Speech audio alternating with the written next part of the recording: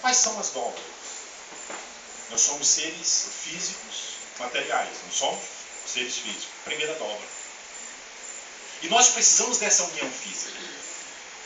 Nós precisamos dessa união física. E que bom aquele casal que se afina, que é ajustado na união física. É preciso ter união física. Outro texto, que depois eu quero que nós vamos ler, ainda pensando nessa questão do que é casamento cristão, é 1 Coríntios capítulo 7. Um texto ali sobre casamento inclusive. Tá? A gente tem que ler esse texto como se estivesse pisando em terreno santo mesmo. Paulo diz, não vos priveis um ao outro, salvo por mútuo consentimento e para vos dedicardes à oração, e depois vos ajuntardes para que o maligno não vos tente ou não alcance vantagem sobre vocês. Então o casal precisa ter uma união física. É a união física que consolida o casamento. É preciso haver a união física. Não é a bênção do pastor, agora estão casados. Não. Sabe quando acontece o casamento? É quando há a união física. Essa é a primeira. E o casal precisa ter essa união. Uma dobra. Uma segunda dobra. Depois de muito pensar, eu pensei que a segunda dobra é a dobra emocional. De maturidade emocional. Dois seres que eles são transparentes, são saudáveis e eles se unem emocionalmente. Quando eu falo de se unir emocionalmente, tem a ver com aquela entrega, com aquele confiar no outro, com admirar o outro, com respeitar o outro e promover um ambiente saudável nesse relacionamento que emocionalmente diz assim, eu me sinto bem. Eu fiz um atendimento a um senhor já de idade.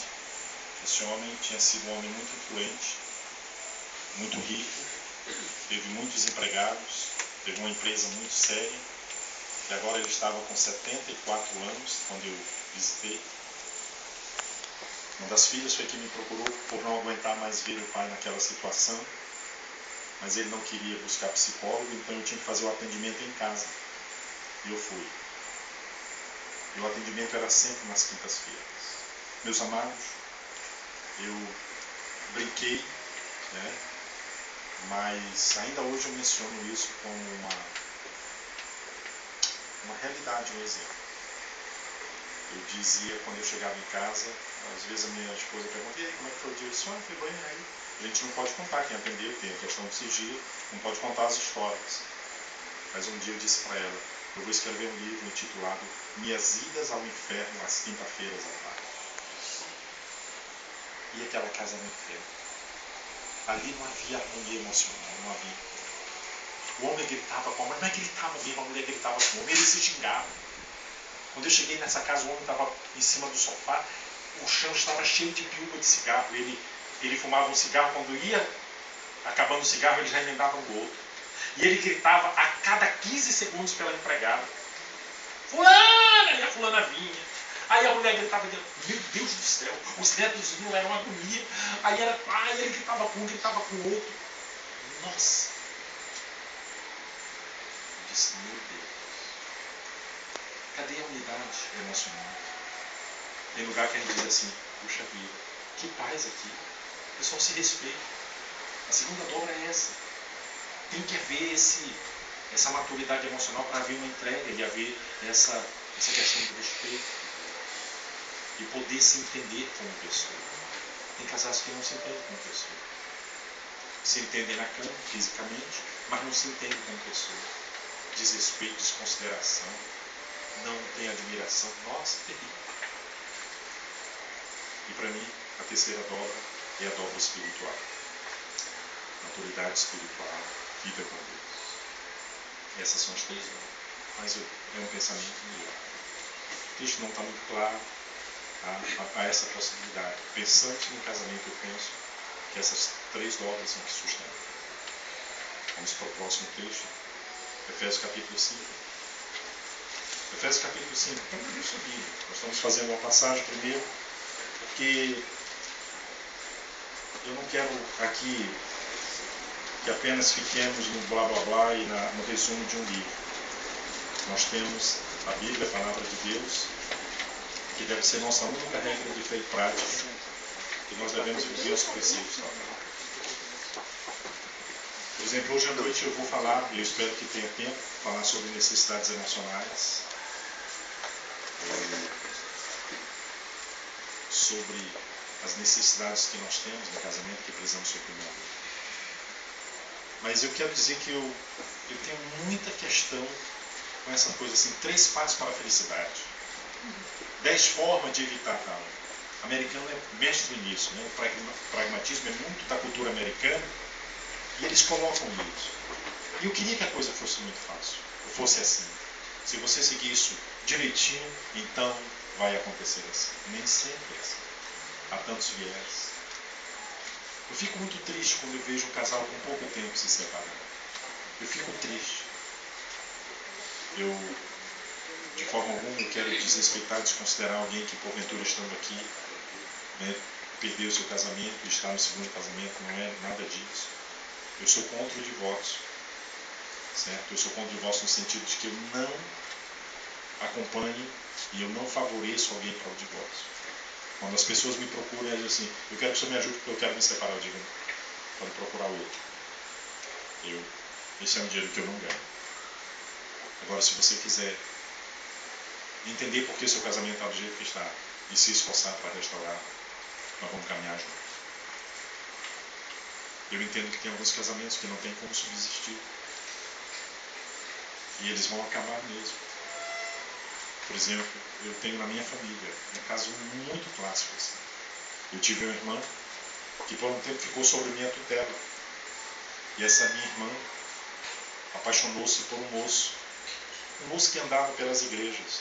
A minha origem, eu sou batista de origem, pastoreei uma igreja, a mesma igreja, eu fui pastor batista por 25 anos. E a mesma igreja por quase 19 anos. Faltou 4 meses para completar 19 anos. E a minha irmã estava comigo. E esse moço andava no meio das igrejas batistas. E a minha irmã se apaixonou por esse moço e tal. E, amados, o casamento deles, ela tentou até por 2 anos. Mas eu só fui descobrir no final do primeiro ano que minha irmã passava. Esse moço, ele espancava minha irmã.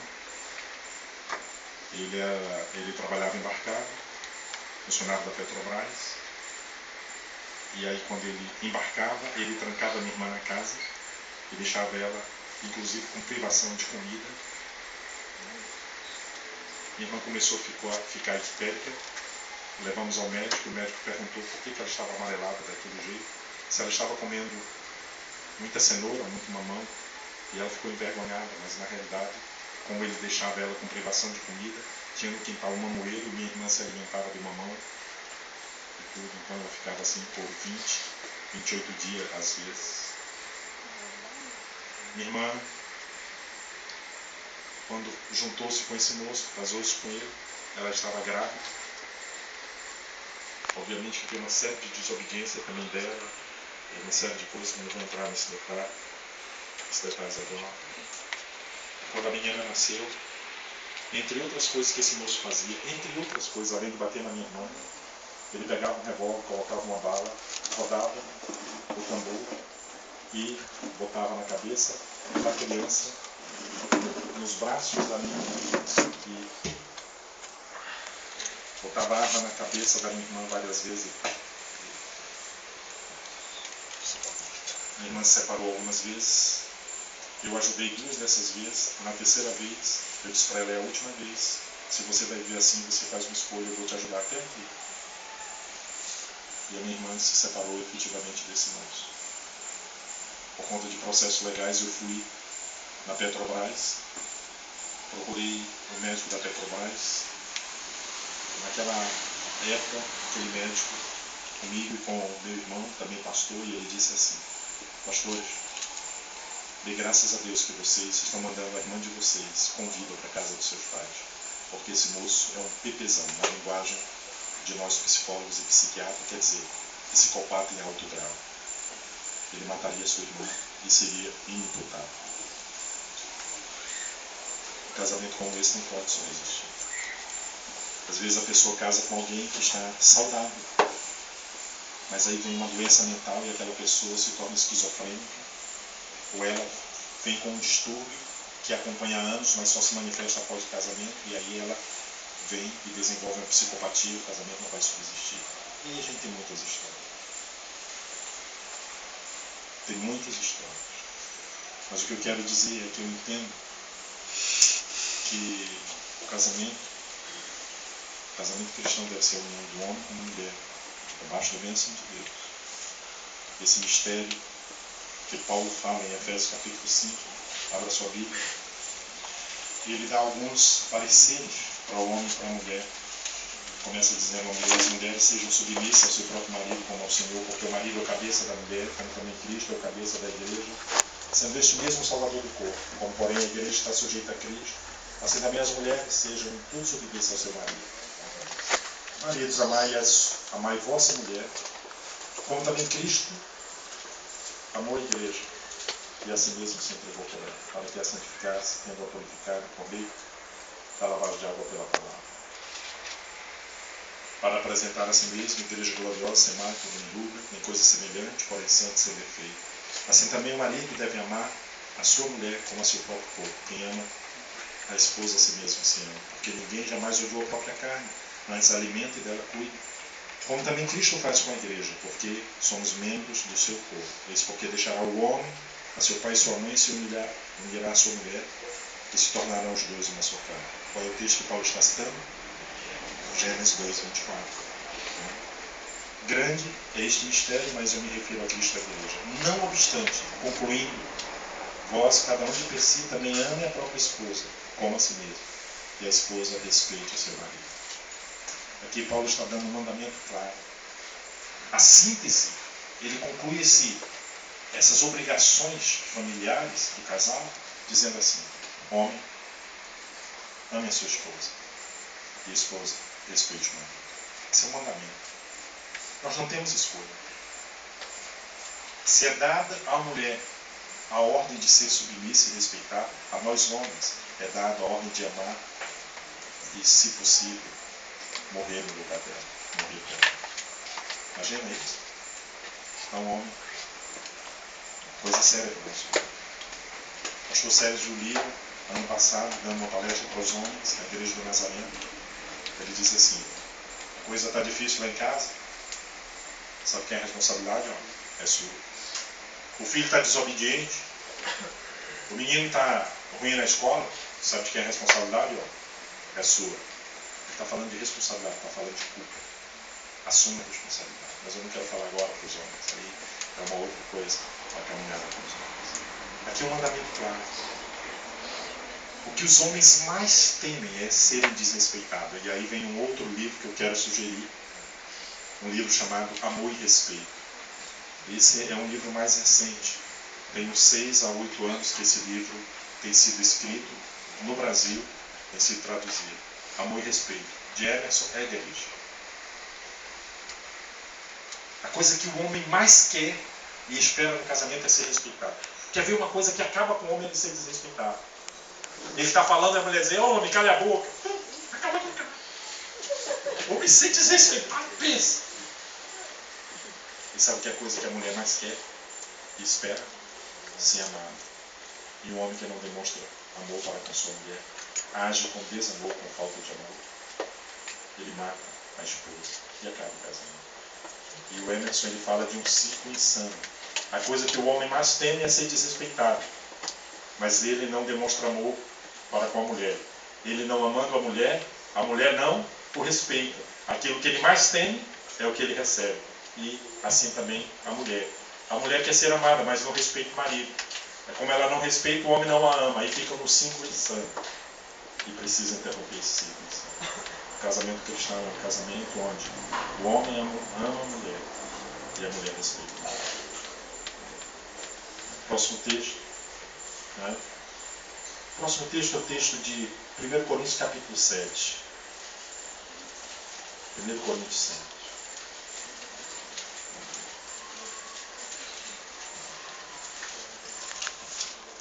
Está com sua Bíblia aberta? Então acompanhe aí. Quanto ao que me escreveste, é bom que o homem não toque mulher, mas por causa da impureza, cada um tem a sua própria esposa e cada uma o seu próprio marido. O marido concede à esposa o que lhe é devido e também semelhantemente a esposa ao seu marido. A mulher não tem poder sobre o seu próprio corpo e sim o marido, e também semelhantemente o marido não tem poder sobre o seu próprio corpo e sim a mulher. Não vos priveis um ao outro. Preste atenção, aqui a interpretação clara. Não tem outra interpretação. Ele está falando de ceder ao outro na realização sexual. É isso que ele está falando. Não vos priveis um ao outro, salvo por mútuo consentimento, salvo talvez por mútuo consentimento, por algum tempo, para vos dedicardes à oração e novamente vos ajuntardes, para que Satanás não vos tente por causa da incontinência. E isso vos digo como concessão e não como mandamento. E todo o capítulo 7, depois você pode ler o capítulo 7, e ter aí um direcionamento apostólico em relação ao casamento. Ou nós voltamos para a Bíblia e entendemos o que a Bíblia espera ou ensina para nós, o que o Senhor quer de nós, espera de nós, ou então nós vamos ser igual ao mundo. Tem gente que decide casar, mas não sabe quais as implicações de estar casado, não sabe qual é o seu papel. Sim, e depois que eu me tornar marido, né? Sim, depois de se tornar marido tem uma série de implicações. Primeiro é que a sua mulher é para ser a sua mulher, não tem mais outra. Você fez uma escolha. Adeus às outras. Eu fiz o casamento do meu filho ano passado, né? E eu terminei assim, eu disse, quero fazer um comunicado a todos, né? Meninas, chorem e lamentem. Natanael casou. Agora ele é de Mima. Rapazes, uma dica é para vocês. Acabou agora. Percam as esperanças. Mima casou. Ela é de Natanael. Essa é a ideia. E não tem mais esse negócio, não, mas se... Não. Casamento bíblico é um homem com uma mulher. Deus não abre brecha para isso. Essa dedicação que nós temos que ter um para o outro, essa exclusividade. Bem? Ok.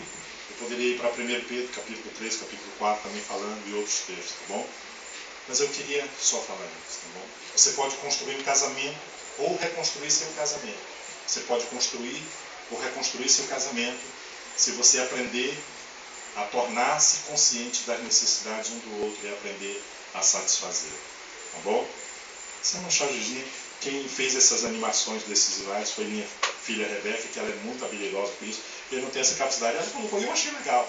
Ponto G não é aquele armazém perto da praça, né? E aí os que são casados sabem o que está dizendo, né?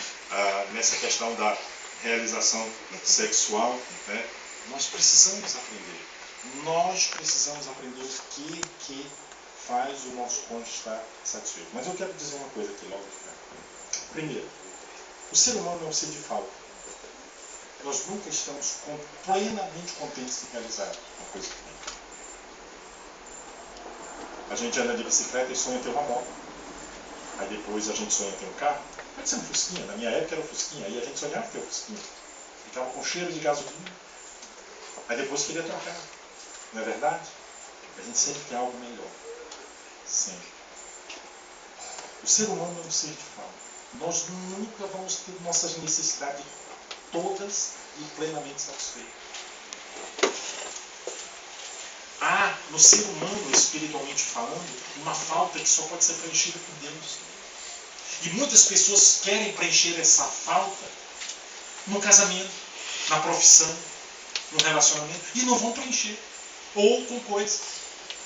Se você tem um vazio existencial enorme, se sua alma é inquieta, não tem paz, pode ser que você ainda precise refletir um pouquinho se você já encontrou a paz de Deus, já se encontrou com o príncipe da paz, aquele que diz, eu vos dou a minha paz.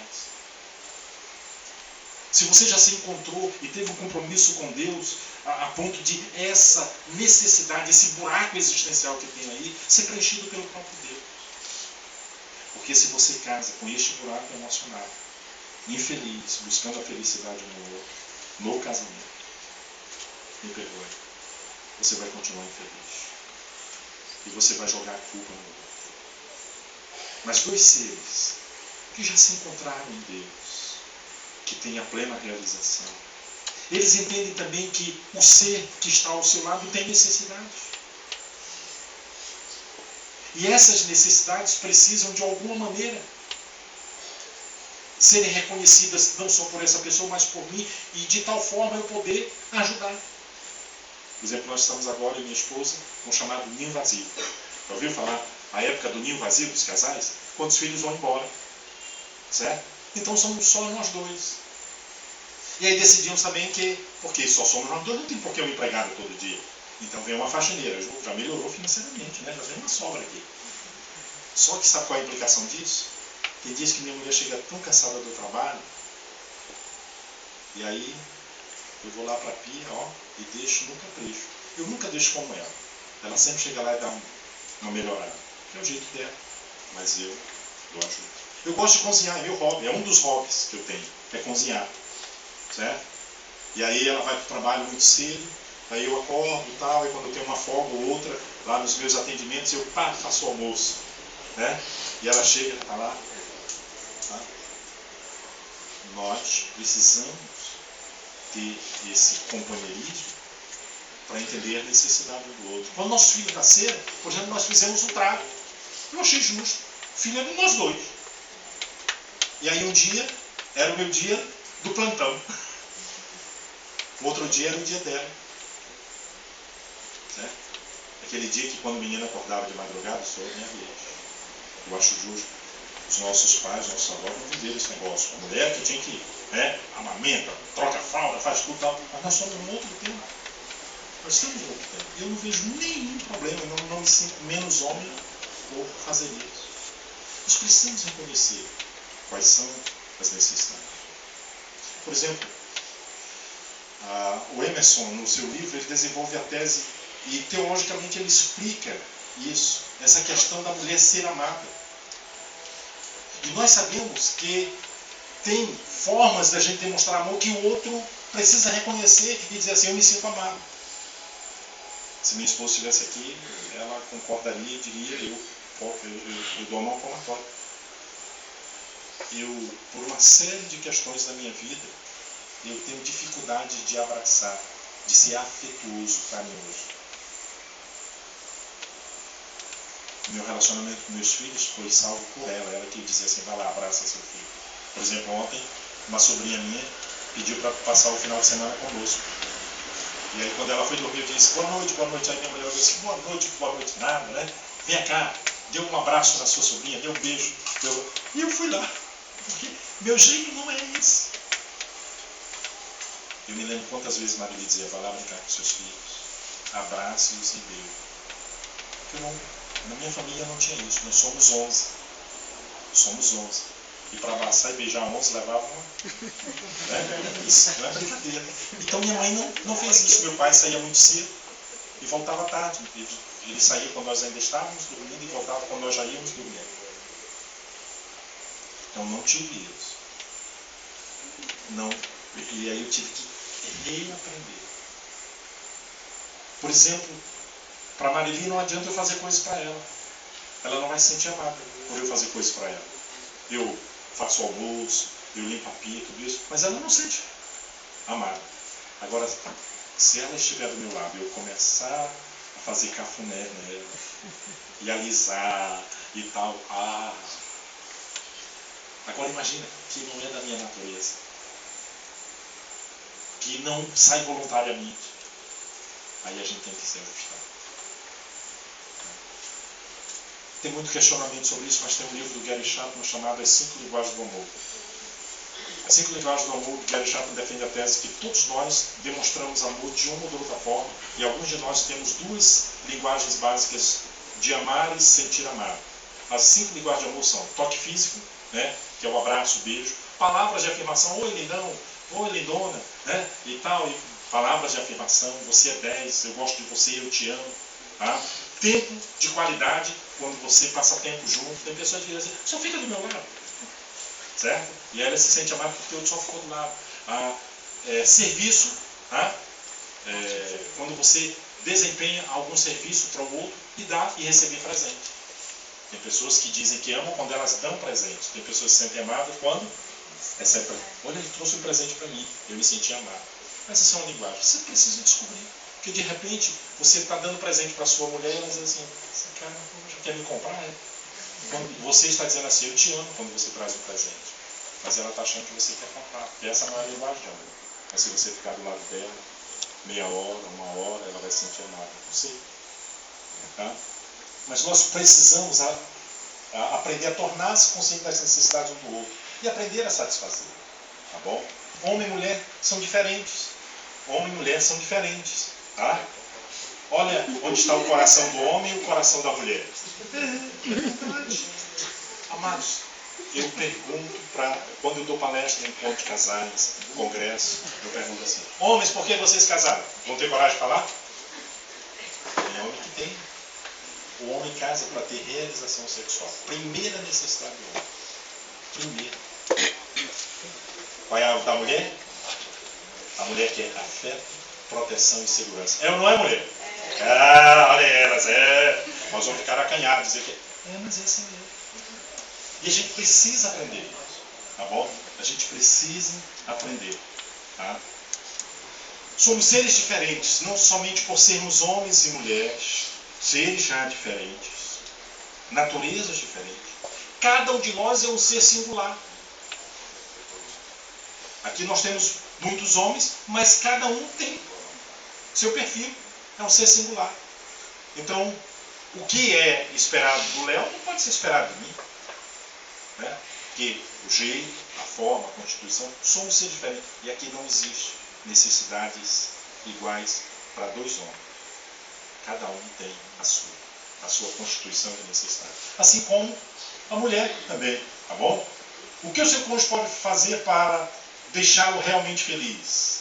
E aqui de propósito, vocês imaginam qual é meu time, né? Tá? O que você pode fazer? Você já descobriu o que deixa a sua esposa feliz? O que deixa o seu esposo feliz? Tá? As esposas, elas apreciam a consideração e a compreensão. Um homem gentil. Porque um homem gentil diz o quê? Eu te amo. Está dando carinho.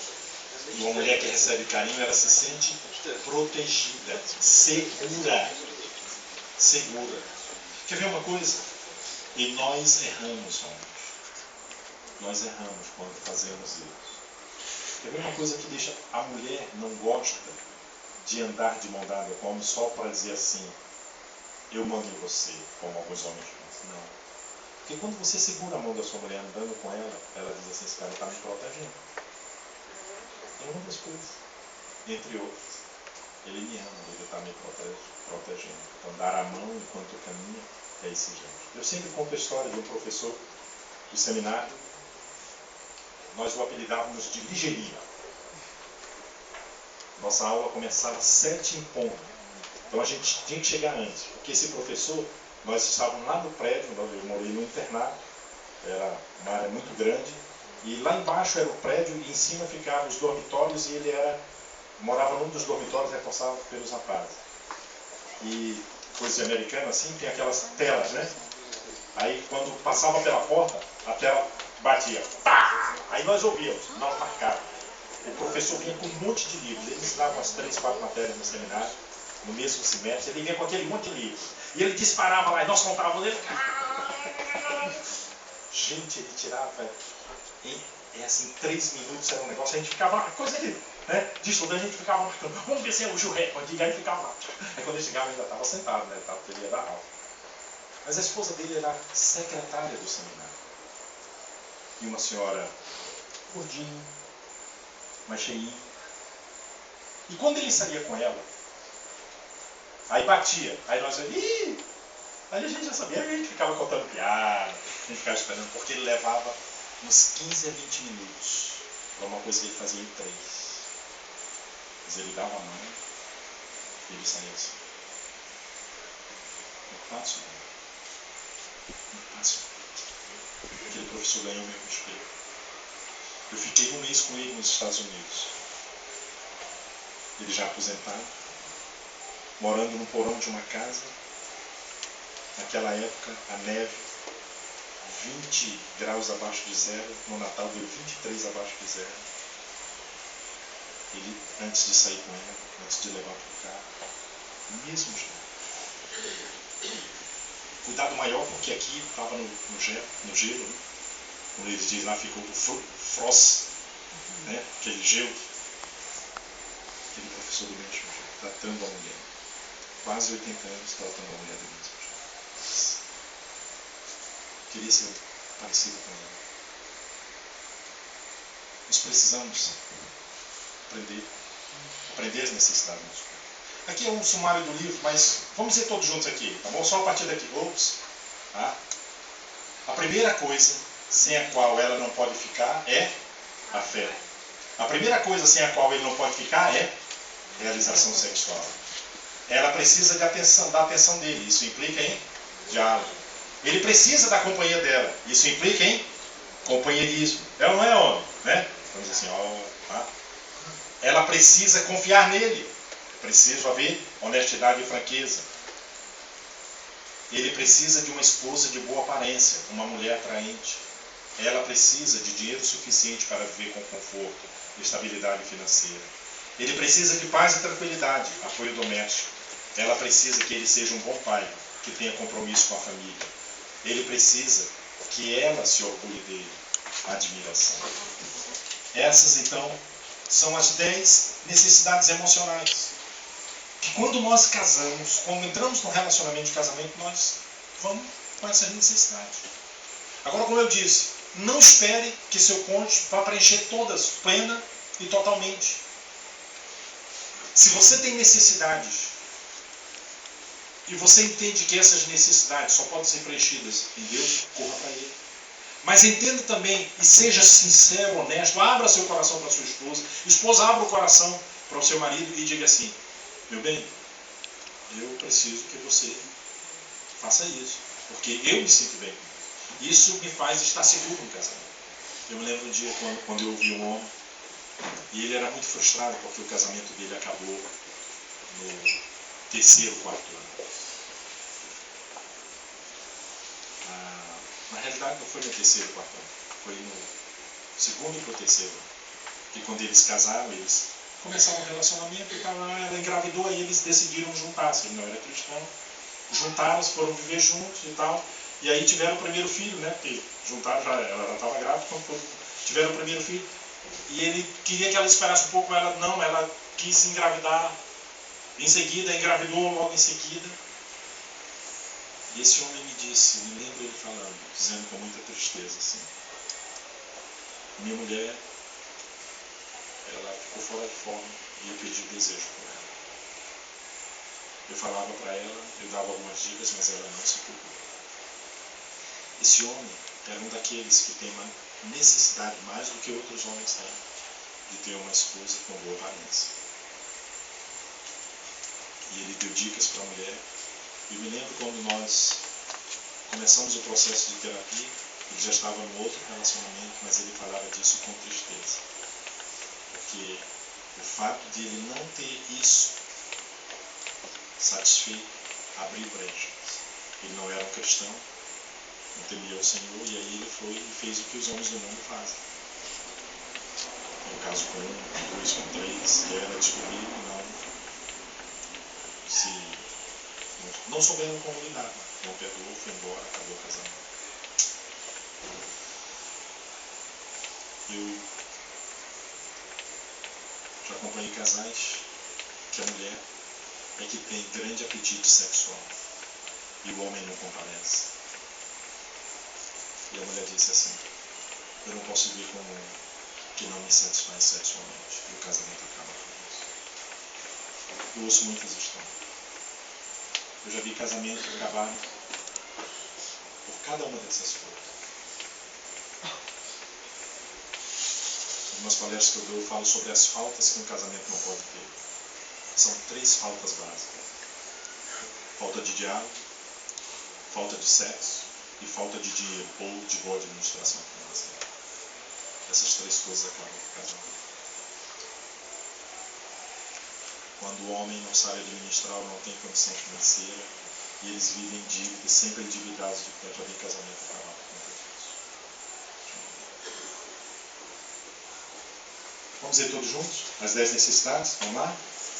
Admiração, afeto, diálogo, apoio doméstico, compromisso familiar, apoio financeiro, honestidade e franqueza, atração física, companhia no entretenimento e realização sexual. Ok. Estou para pensar. Só para pensar. A questão é que as coisas mais importantes para os homens são as menos importantes para as mulheres. Essa é a primeira. Bom? Quem está lá atrás está dando para ver aí? Os da frente já sacaram aqui. Né? Como é que um homem, ao cumprimentar o outro, o que ele olha? Oi. Ele está olhando o olho do outro. Quando uma mulher cumprimenta a outra, ela está olhando. Examinar o cabelo, avaliar a pele, jogar maquiagem, inspecionar joias, visto o vento do seu corpo, comparar o busto, né? O bronze é verdadeiro, na moda demodê, chaves do carro, legal, tem celulite, né?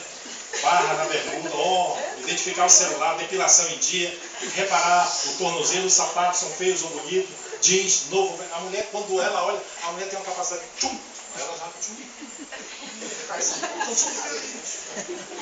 Ela escaneia, certo? Essa diferença faz com que muitas vezes haja incompreensão e o casal se afaste. As diferenças são para nos juntar, gente, e não para nos separar. Mas é assim, somos diferentes, tá bom?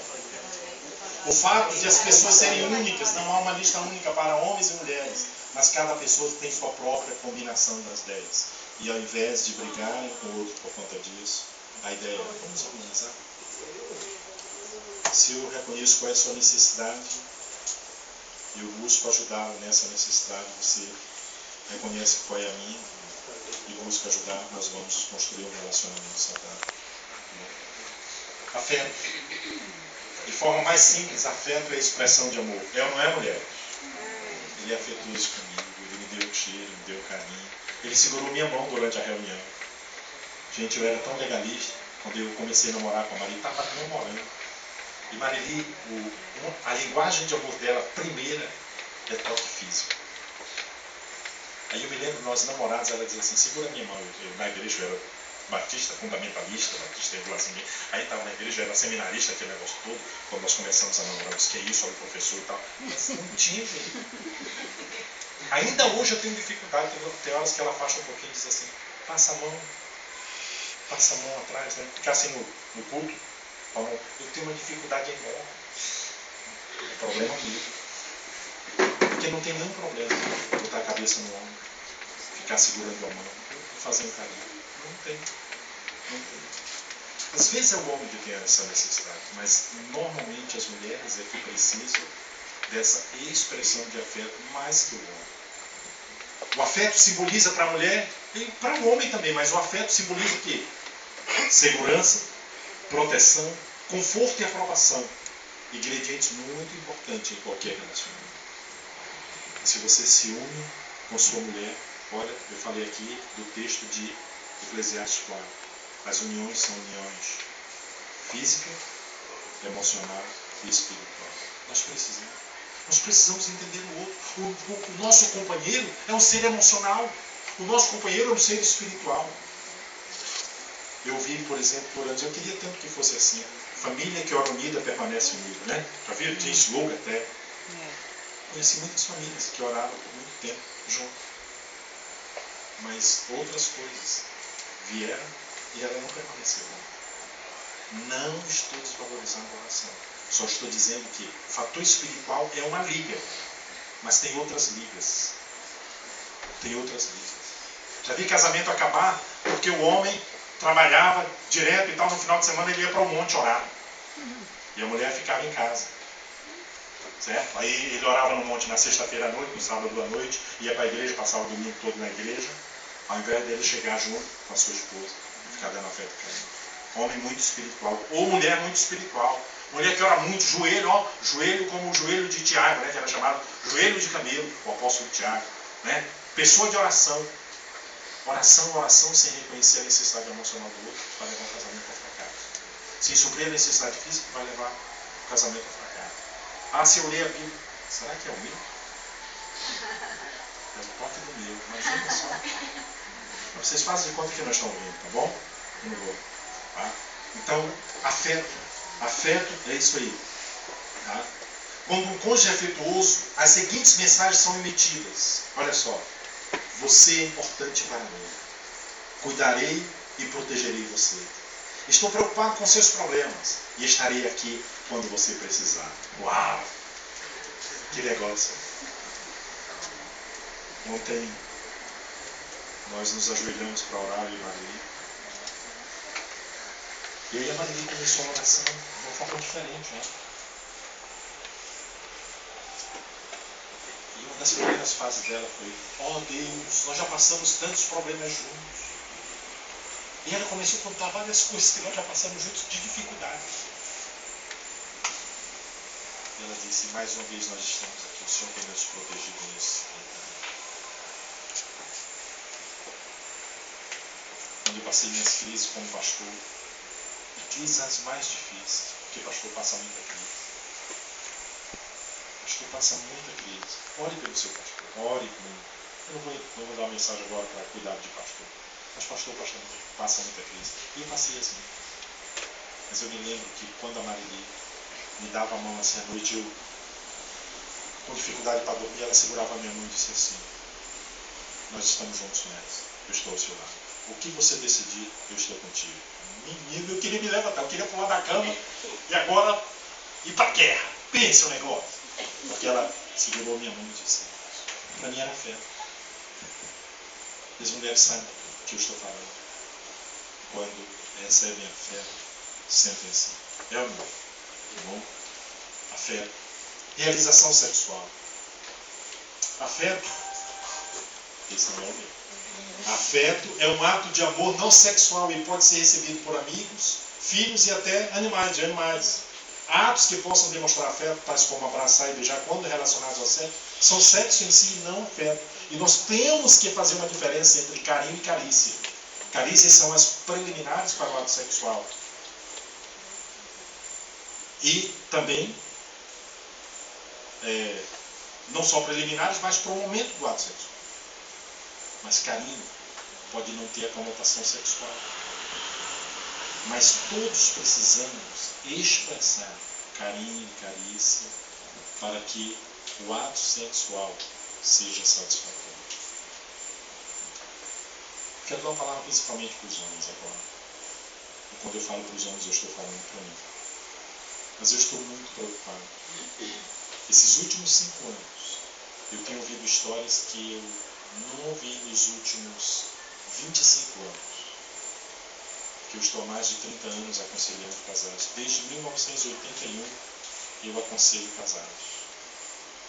Eu acompanho pessoas em aconselhamento. Mas há um fenômeno, tem alguma coisa acontecendo. Que os homens não estão correspondendo às necessidades das suas esposas.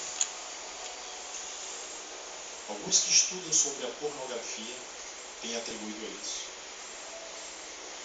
Uma pesquisa nos Estados Unidos mostra que 97% dos homens americanos estão envolvidos com pornografia.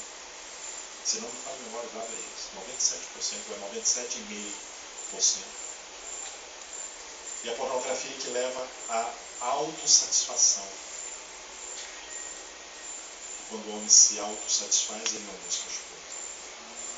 Eu tenho recebido esposas queixosas de homens que não vão dormir com elas, mas ficam até altas horas em joguinhos e navegando na internet. Eu tenho encontrado mulheres que elas já jogaram a toalha porque a realização sexual do casamento acabou. O homem, às vezes irracional, ele chega, ele se satisfaz e deixa a mulher na mão. Ele não é carinhoso, afetuoso, não a prepara para o futuro. Esses últimos 5 anos, para mim, estão como um fenômeno. Eu não tenho dados científicos, mas eu tenho percebido como fenômeno. Eu queria dar essa palavra para você, homem. Nossas mulheres têm uma fisiologia diferente de nossa. para a realização sexual. E nós temos que entender, para que elas possam ser também plenamente satisfeitas. Não ser egoísta, buscando o seu próprio interesse, mas buscar satisfazer o interesse. Por que não conversamos sobre isso? Diálogo. Ao contrário do sexo, diálogo não é uma necessidade que possa ser encontrada exclusivamente no casamento. Nossa necessidade por diálogo pode ser eticamente atendida por quase todo mundo. Mas se esta for uma de suas necessidades emocionais mais importantes, qualquer outra pessoa que a satisfaça melhor depositará tantas unidades de amor que você pode apaixonar-se por ela. Assim, se essa é a sua necessidade, certifique-se que seu cônjuge é a pessoa que satisfaz melhor e com maior frequência, e com mais frequência. Eu tenho ouvido histórias e mais histórias de casos de infidelidade, de casamentos que acabaram, porque a necessidade da pessoa era de alguém que escutasse. Aí o sujeito estava lá no trabalho, muito triste, aí a colega chegou e disse: e aí, como está? Essa foi a pergunta. Foi só a pergunta. E aí começou a falar. Aí ela chegou no outro horário, perguntou como estava e começou. Aí começou um romance aí, uma frase. Porque não havia diálogo em casa, não havia diálogo com a esposa, e abriu.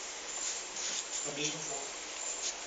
A mulher está por lá, o marido não a ouve, e a queixa da maioria das mulheres quando chegam na clínica é: esse homem é calado, ele não fala nada, eu não sei o que está no coração dele, ele não fala para mim. É a queixa da maioria das mulheres. Mas aí, me permita aí, né, não quero ser jocoso, né, mas aí chega o Ricardão, né?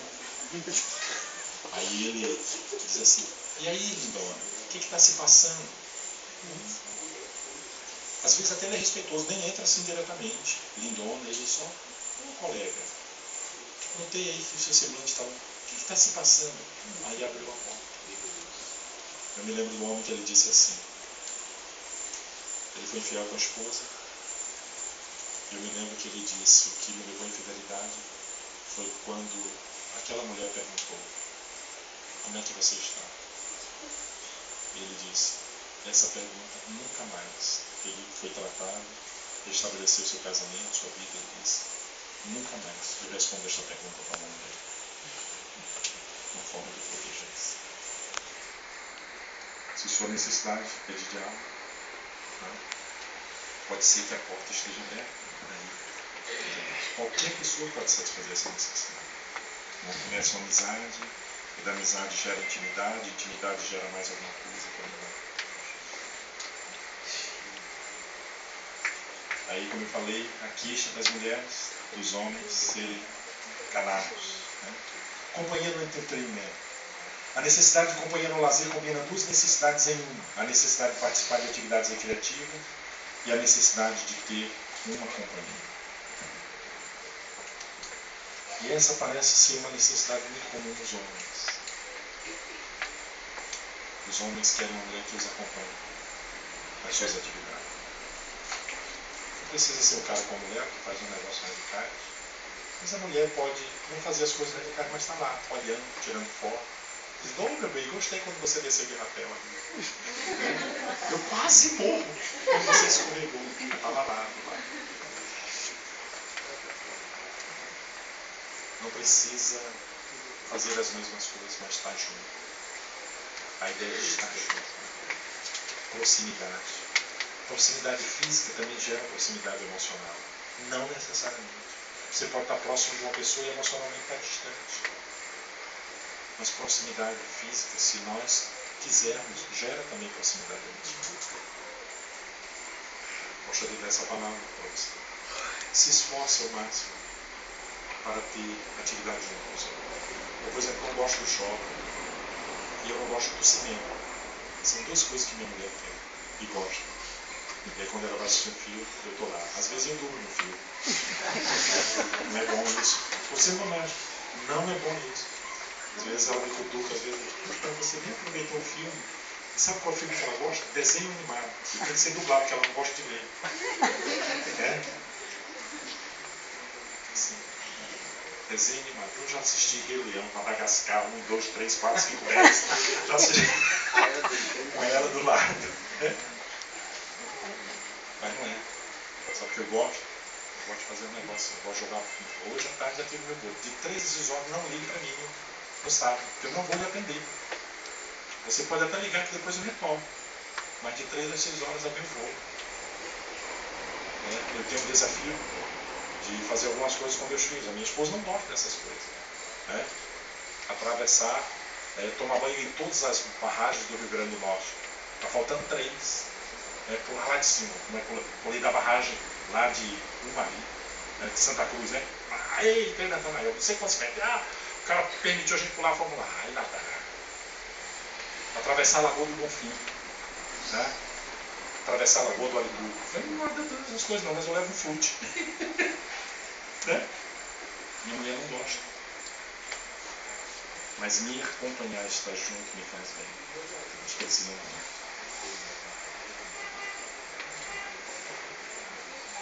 Honestidade e franqueza. A maioria de nós quer um relacionamento honesto com o nosso cônjuge, mas alguns de nós têm a necessidade de um relacionamento assim, porque a honestidade e franqueza nos dão uma sensação de segurança. Por sentir segurança, queremos de nosso cônjuge informação precisa sobre seus pensamentos, sentimentos, hábitos, preferências, história pessoal, atividades diárias e planos para o futuro. Essas são coisas que o casal precisa conversar.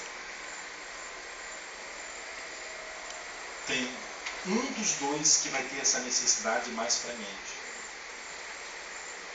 Tem mulher que quando o homem diz assim, mulher, tem um casamento hoje, ela em meia hora se arruma. Até diz, você não me avisou com uma semana, com um mês, eu não vou. Porque ela precisa. Então vocês vão precisar conversar aqui, uma agenda. Conversar sobre isso. Honestidade e franqueza, abrir o coração, dizer o que está pensando. Tem pessoa que está no relacionamento e diz assim, não me importo com isso. Não é a minha maior necessidade, mas pode ser a do outro. E aí você tem que ser humilde e buscar ouvir. Deixar o outro falar. Certo? Um cônjuge atraente. Para muitos, a aparência pode tornar-se uma das maiores fontes de unidade de amor. Se você tem essa necessidade, uma pessoa atraente não apenas chamará a sua atenção, mas poderá distrair você, além do que você é, poderá distrair você do que você esteja fazendo.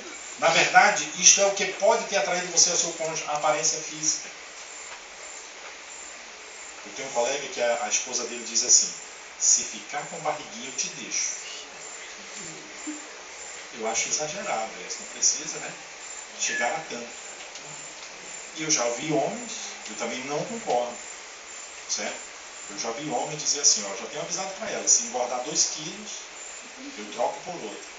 Eu não gosto dessas brincadeiras pejorativas em relação a casamento, não gosto dessas ameaças.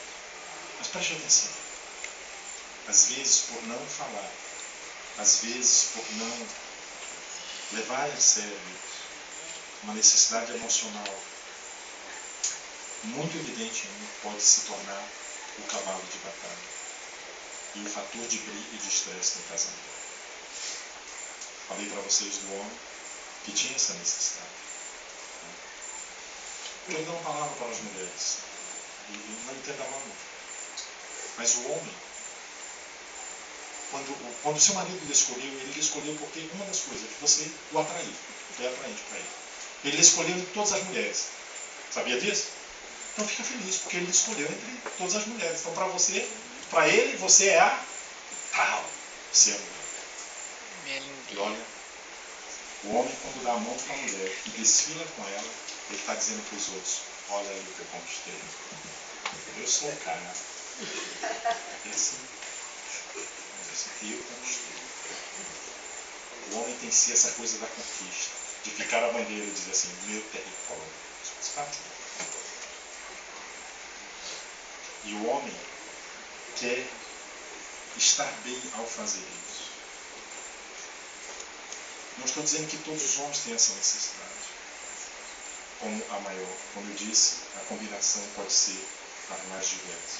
Mas se essa é a sua necessidade, abra o seu coração para o seu cônjuge. E ajude-o. Às vezes, o homem quer uma mulher atraente, mas não dá as condições para ela.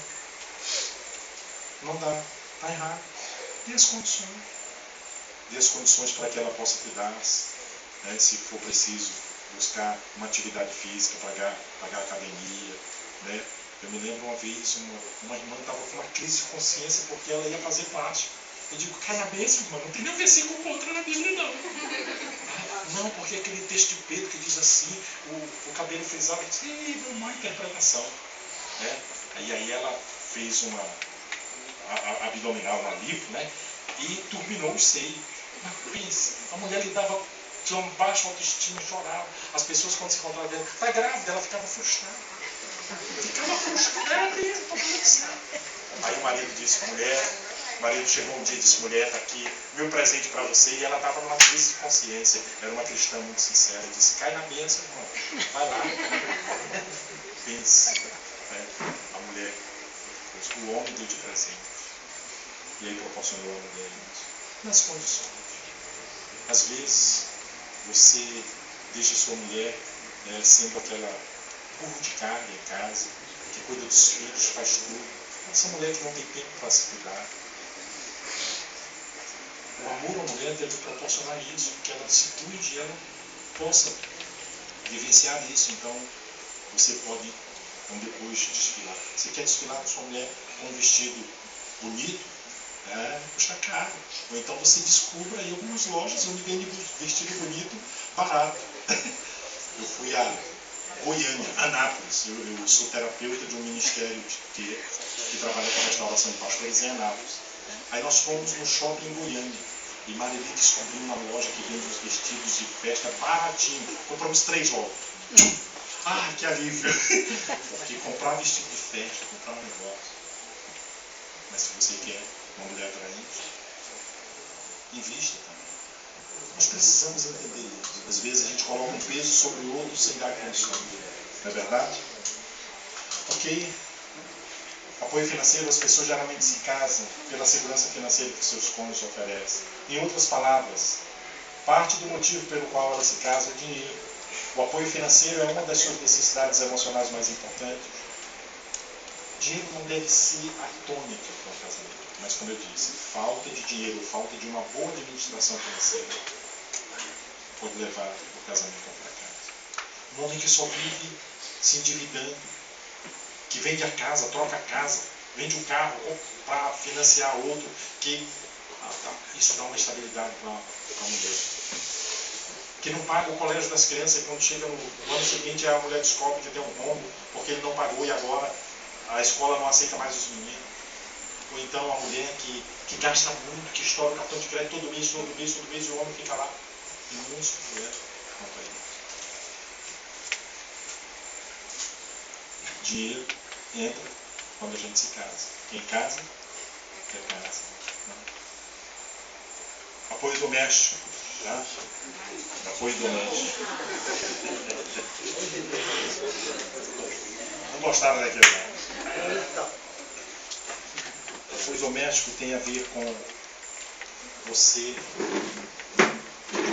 poder repartir atividades de casa e não deixar seu cônjuge só com as tarefas. Compromisso familiar. Eu acho que o meu slide, deixa eu ver aqui. Isso, está aqui. Tá. Compromisso familiar. Trata-se do tempo de qualidade que cada um dispensa à família. É participar nas atividades principais que a família tem, mesmo que tenha que trabalhar duro para conseguir isso, sem deixar que o trabalho tome o tempo que é da família. Essa é uma das queixas das mulheres. Um homem que trabalha demais e não tem compromisso com os filhos. Eu dou muitas graças a Deus pela vida da minha esposa, quando ela me disse para eu ser afetuoso com meus filhos. Quando ela me deu o cartão que disse que a minha indiferença estava levando o nosso casamento ao fracasso. Aquilo foi um presente. E aí eu decidi uma coisa, que eu iria levar meus filhos ao colégio todos os dias. E eu iria pegá-los. E quando fosse o dia de entrega do boletim, eu estaria lá. No dia do campeonato fraldinha da escola, eu estaria lá. No dia da formatura, eu estaria lá. No dia de levar para o médico, eu estaria lá. No dia da vacina, eu estaria lá. E eu também decidi uma coisa junto disso. Quando eu deixava meus filhos na porta do colégio, como eu tinha dificuldade, lembra que eu falei que tinha dificuldade para abraçar e beijar? Mas eu fazia um esforço enorme. E eu abraçava meus filhos e dizia assim para cada um: eu te amo, e dava um beijo. Fiz isso desde que eles foram para a escola. Hoje eu joguei com o tenente, joguei contra ele, ganhei alguns, perdi